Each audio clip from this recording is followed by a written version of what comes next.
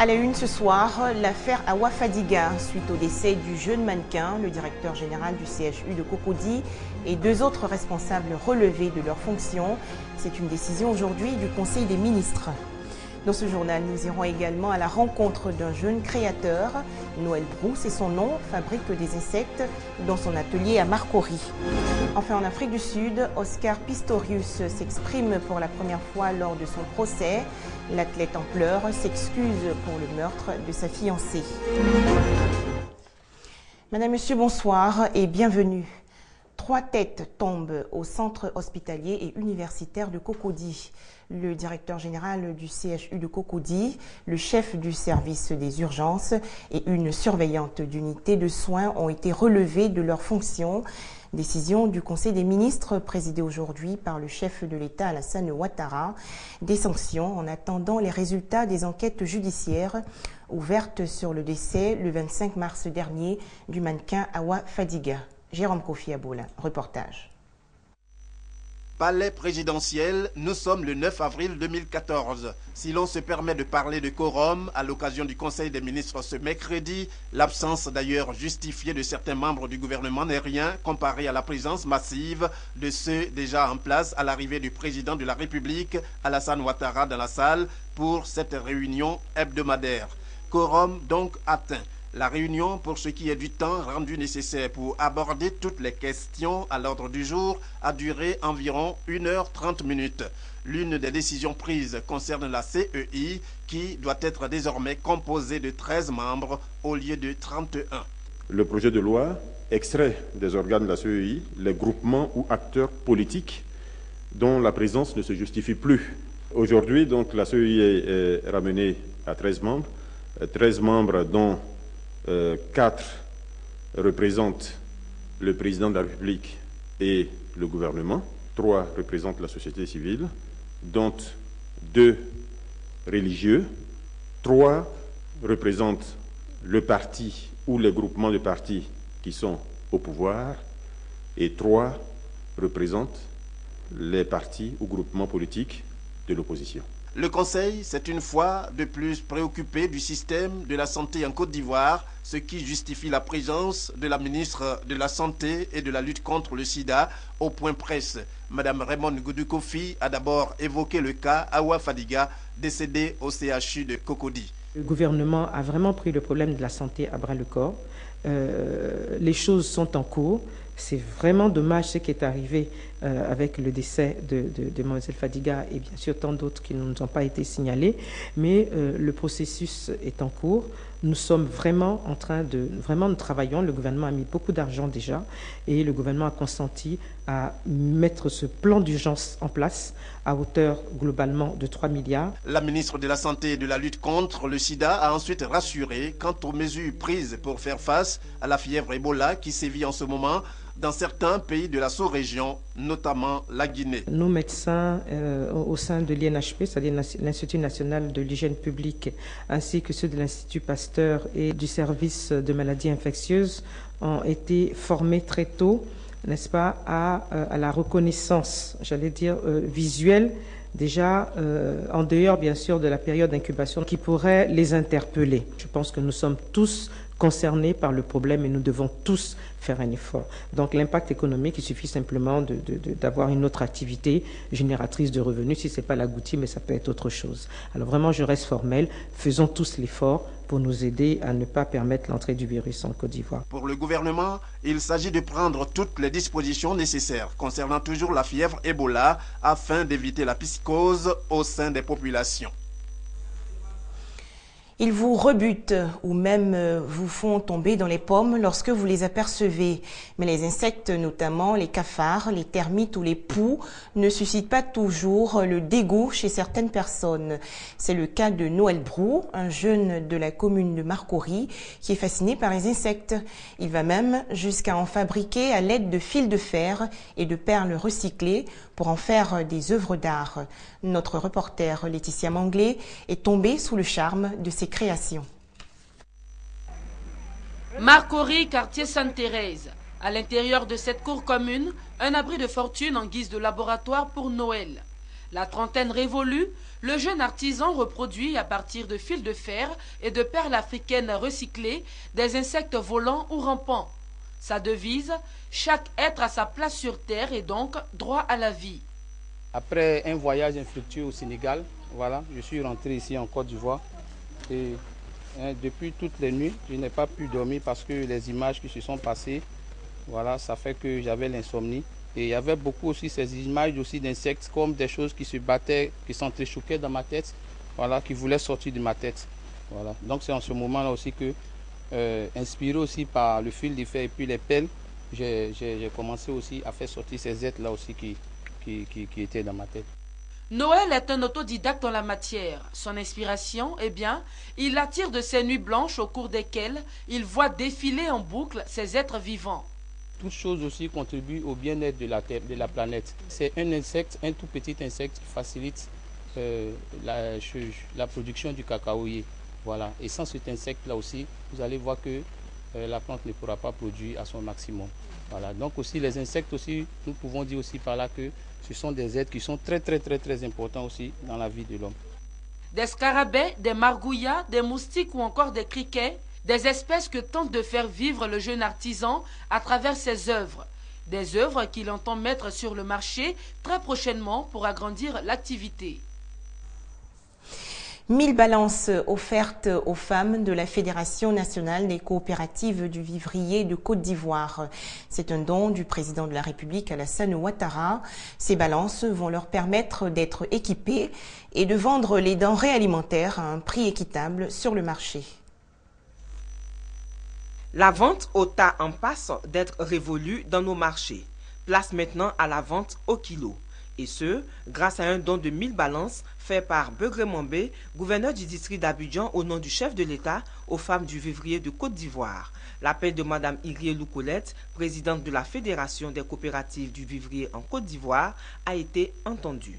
Aujourd'hui, avec la vente au kilo, toutes ces filles qui traînent, elles seront obligées de s'approcher dans leur commune, les coopératives qui sont dans leur commune, pour qu'elles puissent avoir quelque chose pour vendre, pour pouvoir se prendre en charge.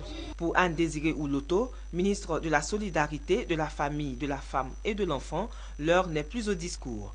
Il faut agir en faveur de ces femmes qui se saignent nuit et jour pour approvisionner le marché ivoirien. Investir dans la femme, c'est donner une chance à l'éducation de nos enfants.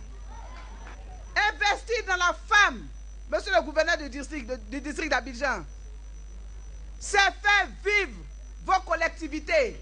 Ce sont des femmes à la tâche qui prennent l'engagement d'œuvrer contre la cherté de la vie pour que du sachet, on en vienne enfin au panier de la ménagère. Avec cette balance, nous, les commerçants, nous allons gagner, les consommateurs aussi vont gagner et les producteurs vont gagner. Donc avec la balance, ça nous arrange. On dit merci à Monsieur le Président. Le gouverneur Begré Mambé promet faire davantage si les femmes utilisent effectivement les balances reçues.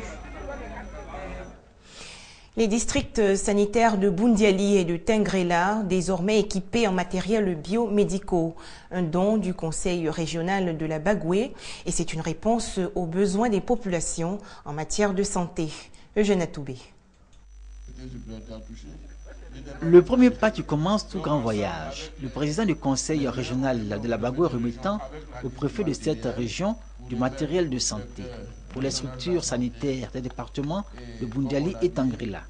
Ce sont des équipements biomédicaux composés de lits d'hospitalisation, de tensiomètres, de fauteuils roulants, de berceaux de maternité, de pèse-bébé, de boîtes de césarienne et une table d'opération ultramoderne. Le coût total de ce matériel biomédical est estimé à 32 millions de francs CFA. Dans le budget 2014, il y a déjà 2 centres de santé qui existent dans la région, qui ont été donnés dans le département de Boundiali. Il est prévu de construire ces logements au cours de cette année 2014. Et à côté de ça, nous avons programmé 2 centres de santé dans la région, dont un à Gbemou. La santé figure au rang des priorités du Conseil régional de la Bagoué. Le budget d'investissement pour le programme triennal 2014-2016 lui consacre 515 millions de francs CFA, affectés à plusieurs projets sanitaires dans les départements de Kouto, Tengrela et Boundiali. Dans cette partie du nord de la Côte d'Ivoire où l'accessibilité aux structures sanitaires est encore difficile, le Conseil régional de la Bagoué relève le défi de soins de qualité pour tous. Des violences en Centrafrique, au moins 30 morts, dont une majorité de civils. Hier, dans des affrontements entre miliciens anti-Balaka et ex-rebelles Seleka, à 300 km de Bangui, des heurts au moment où les premières troupes de la mission européenne ont commencé à patrouiller dans la capitale, aux côtés des soldats français de l'opération Sangaris. En Afrique du Sud, Oscar Pistorius admet avoir fait une erreur. Le champion paralympique s'est expliqué devant le tribunal de Pretoria. Oscar Pistorius, en pleurs, a présenté ses excuses pour le meurtre de sa fiancée Riva Steenkamp en février 2013. Il est à la barre du tribunal de Pretoria depuis 2 jours, mais la partie la plus difficile du procès commence aujourd'hui pour Oscar Pistorius, accusé du meurtre de sa petite amie. L'ancien athlète handisport est interrogé par le procureur qui est entré dans le vif du sujet, poussant Oscar Pistorius à admettre le meurtre de Riva Steenkamp. Vous avez tué Riva Steenkamp, c'est ce que vous avez fait. J'ai fait une erreur. Ça fait 3 fois que vous le dites. Quelle est votre erreur? Mon erreur, c'est que j'ai pris la vie de Riva. Vous l'avez tué, vous avez tiré, vous l'avez tué. Pourquoi ne prenez-vous pas vos responsabilités?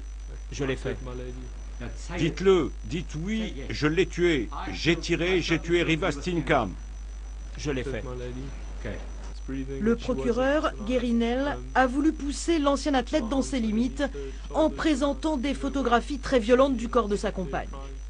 Il a également présenté une vidéo où l'on voit le champion handicapé s'exercer au fusil sur un champ de tir, puis faire exploser une pastèque d'un coup de pistolet. Vous avez fait exploser la tête de votre ami comme une pastèque, a lancé le procureur. Ce matin, l'avocat d'Oscar Pistorius a souhaité qu'il raconte les moments qui ont suivi les coups de feu, mais il a aussi voulu qu'il revienne sur les minutes qui ont précédé le meurtre. Monsieur Pistorius, avez-vous eu l'intention à quelque moment que ce soit de tuer Riva? Je n'ai jamais eu l'intention de tuer Riva ni qui que ce soit. Oscar Pistorius continue de défendre la thèse de l'accident. Il a maintenant face à lui un procureur qui croit lui à la thèse de l'assassinat et qui ne manquera pas de le mettre devant ses contradictions. De nouvelles nominations cet après-midi en France. Le Premier ministre Manuel Valls a complété aujourd'hui son gouvernement avec une douzaine de secrétaires d'État. Manuel Valls crée ainsi aux affaires étrangères un pôle international regroupant diplomatie, commerce extérieur et tourisme. Au moins 20 morts et des dizaines de blessés dans un attentat à la bombe à Islamabad, au Pakistan. L'offensive visait un marché populaire. Selon les autorités, l'explosif avait été caché dans un carton de fruits. Sanglant attentat en plein cœur d'un marché populaire d'Islamabad au Pakistan. 2000 personnes étaient présentes ce mercredi quand une bombe artisanale de 5 kilos a explosé, faisant au moins 20 morts et des dizaines de blessés. L'attaque, qui n'a pas été revendiquée, intervient à la veille de la fin du cessez-le-feu entre le gouvernement et des insurgés islamistes. Les discussions sur le nucléaire iranien bientôt relancées. L'Iran et les grandes puissances annoncent aujourd'hui qu'ils commenceraient en mai prochain à mettre au point un accord final qui conclurait, s'il était adopté, une décennie de controverses sur le programme nucléaire de Téhéran.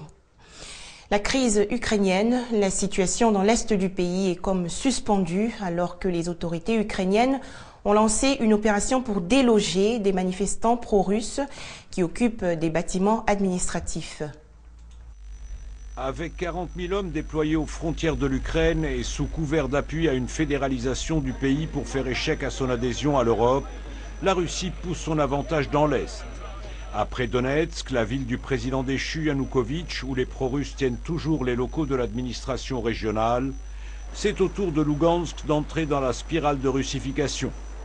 Les séparatistes pro-russes occupent là aussi les bâtiments officiels et réclament eux aussi un référendum pour une plus grande autonomie, voire un rattachement pur et simple à la Russie. Dans cette ville, les informations restent confuses concernant la libération d'une soixantaine de personnes retenues en otage dans les locaux des services de sécurité.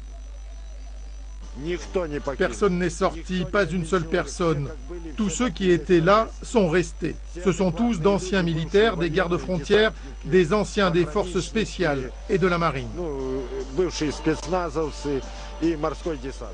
Une montée en puissance qui a en tout cas poussé Washington à mettre en garde les Russes sur les conséquences économiques et militaires de leur action en Ukraine.